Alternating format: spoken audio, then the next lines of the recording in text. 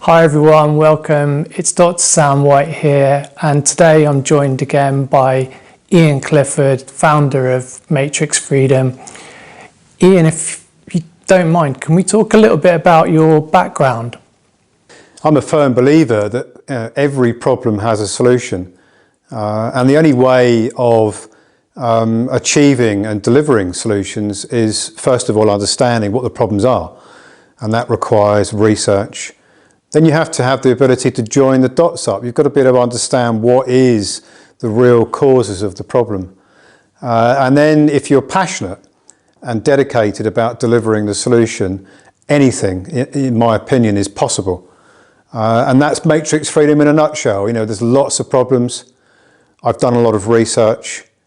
I have the ability to join dots up. It's one of the things that people say is one of my skills.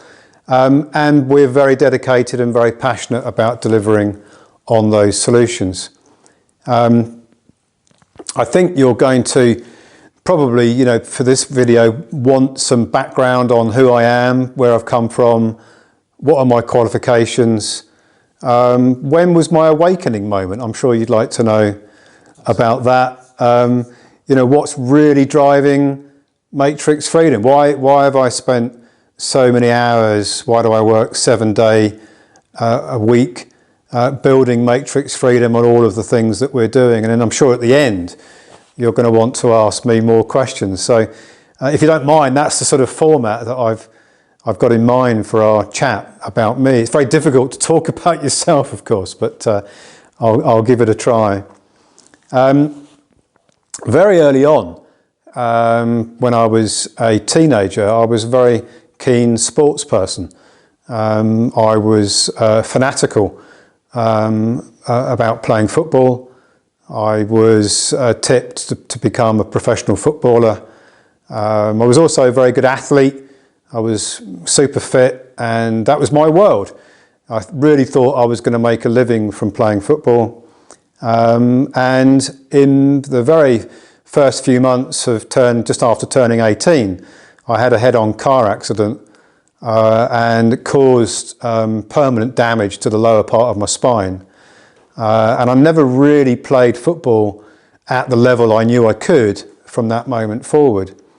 So I went into financial services, something I never thought I would go into, but I did, and decided that it was very interesting for a career for me, because really it's about solving problems, and most people have got financial problems. Even if they believe that they're wealthy, they still have problems to solve. So I found my calling, if you like, which was to be able to put plans together, research solutions for individuals, and then put plans together to help people to achieve their objectives with their own personal and business finances. And I built a wealth management business which became very substantial in the South Coast. I then went into what's called fund management. So I was managing assets, managing people's investment portfolios and things of this type. And over the next 25 to 30 years, I built many financial services businesses. I became the founder and CEO. Some of my companies were listed on stock exchanges. I built businesses in the UK, I built businesses in Ireland, in the United States of America. And when I got to around the period of the 2000s, 2001 to 2009, I signed up a joint venture with one of the UK's largest banks, and I'll perhaps come back to the significance of that in my awakening moment.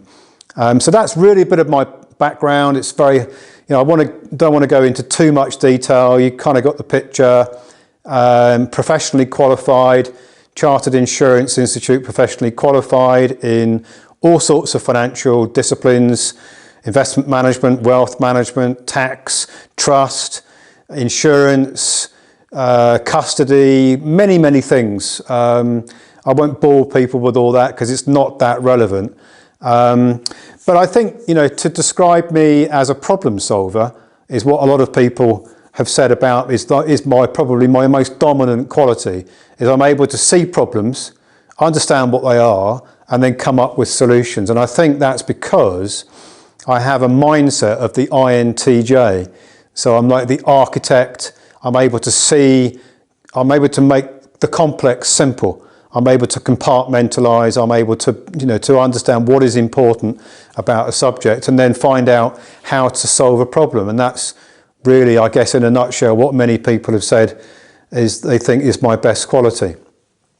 If I go into a little bit about the joint venture I mentioned earlier, again, I'm not going to bore everybody with a very long story, but effectively, I had a joint venture at the board level with one of the UK's biggest banks.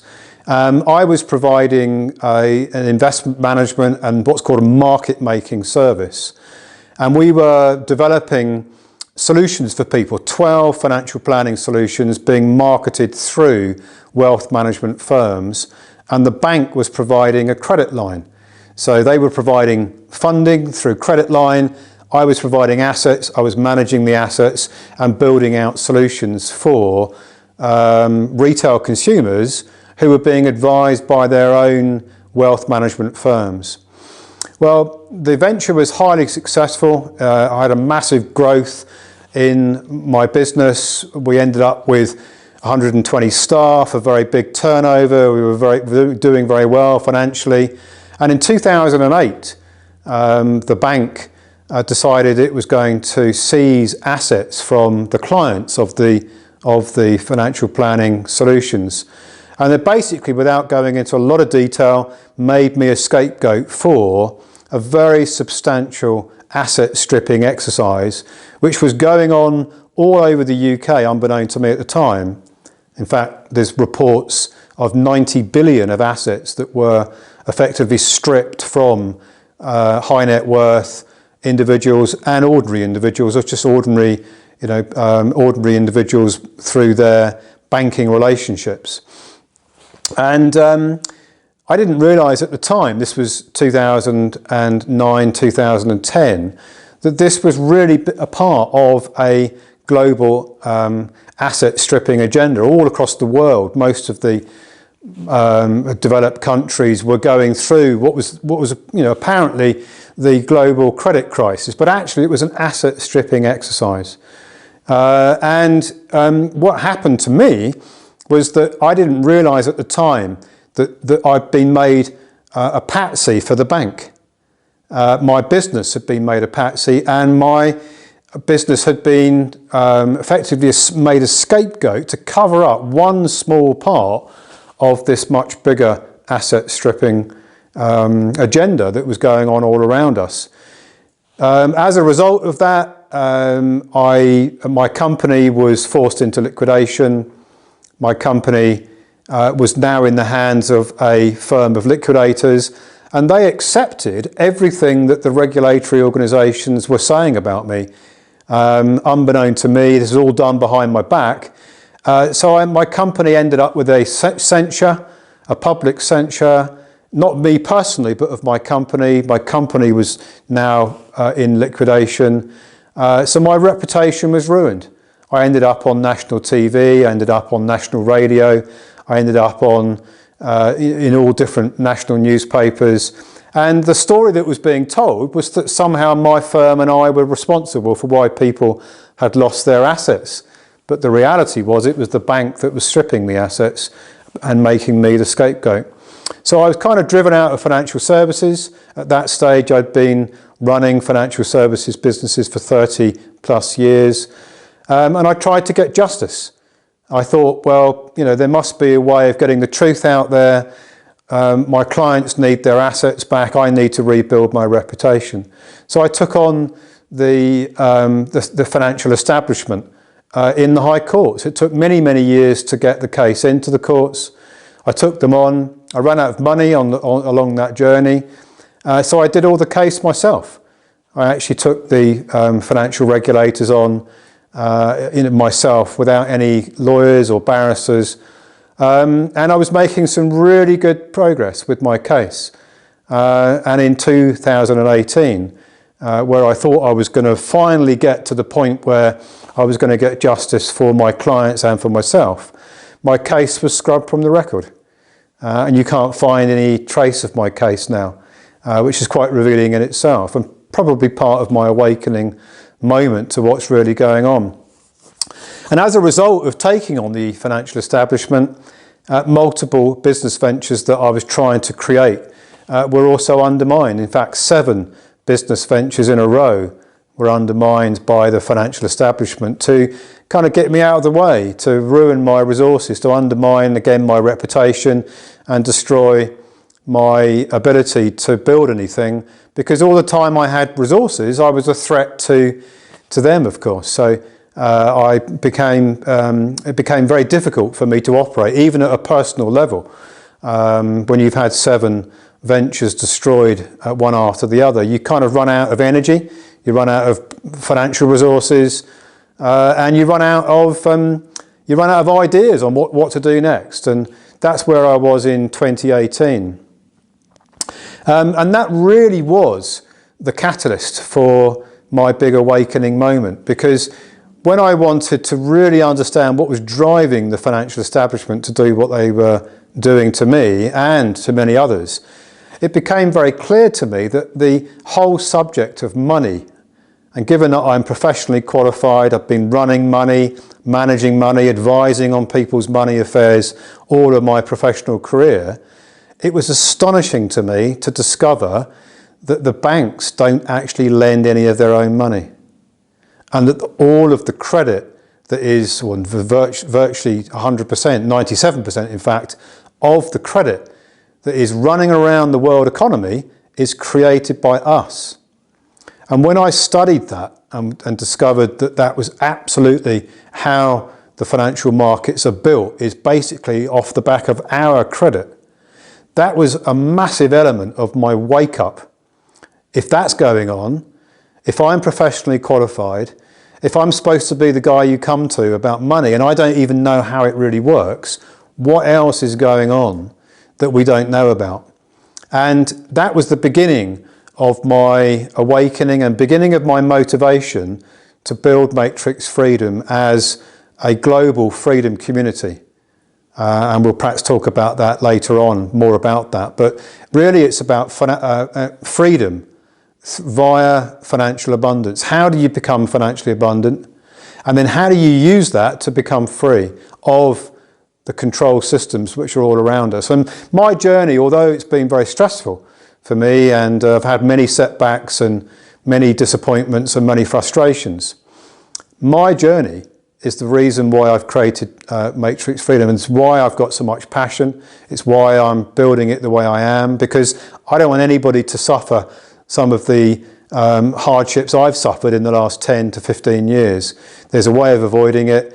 Matrixfreedom is my platform to deliver freedom via financial abundance.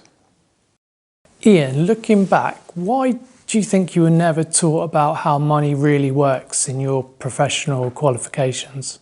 Well, yes, it's a great question. And I think, when I look back on it and I look at the about 7 years of study I did in the 90s, and taking all these different qualifications, looking back on it, nobody actually explained or outlined where money comes from.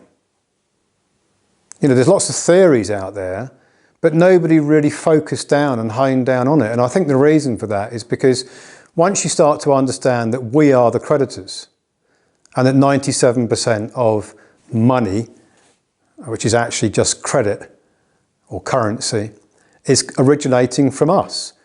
If I learned that as the first subject of the the beginning of my 7 years of studies, I think the rest of my studies would have been very different. I would have been very much more awake to what's really going on. So they disguise that because they don't really want you to know. They don't want the professionals to know, because if the professionals don't know, how are the consumers of financial services going to know? That's the reality of it. They really don't want you to know. Yeah. And knowing what you know now, would you still take on the establishment? And if not, why? Having been through 15 years of struggles against the establishment, having reached, high court level, up against the sharpest legal minds, representing the establishment, having gone through the dirty tricks, the undermining, the media coverage, the mechanism is too big. And what you have to understand is they own the justice system. It isn't a justice system. They control everything. So, you know, you can't beat an opponent that has control of all of the systems within the structure itself. You can't beat it. So the only way that you can prevail is to operate in parallel alongside it. And anybody who thinks that they're going to beat the establishment on something substantially important would be where I was 15 years ago, thinking that there is integrity and there is a way of getting justice. And there is on small things. But anything substantial, you're never going to get justice in my experience. So no, I never would take on the establishment on something substantial. The money system is substantial. The health system is substantial. Anything substantial, you're not going to beat them.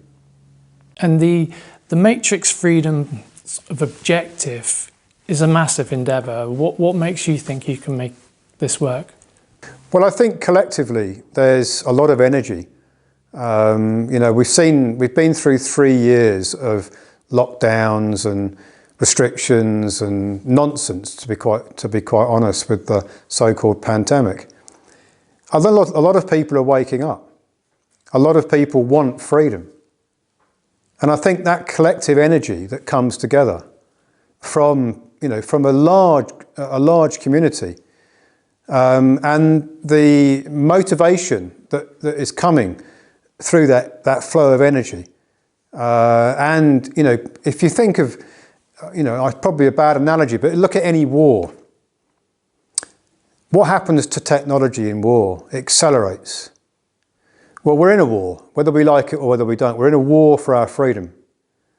We don't really have freedom. We have the illusion of freedom, but for those that are aware of the agenda, even the twinkling light of the freedom that we think we have now is going to go out. We're facing some very dark times. So motivation is very high, and I think bringing all the skill sets together, you know, it's not me. I'm not the guy who's going to make everything happen. I'm the conduit who's bringing it together. But there's so much talent out there that's already coming into Matrixfreedom as members, as staff members, as contributions to what we're building. And that's going to accelerate. And that's why I think that there is a solution to every problem.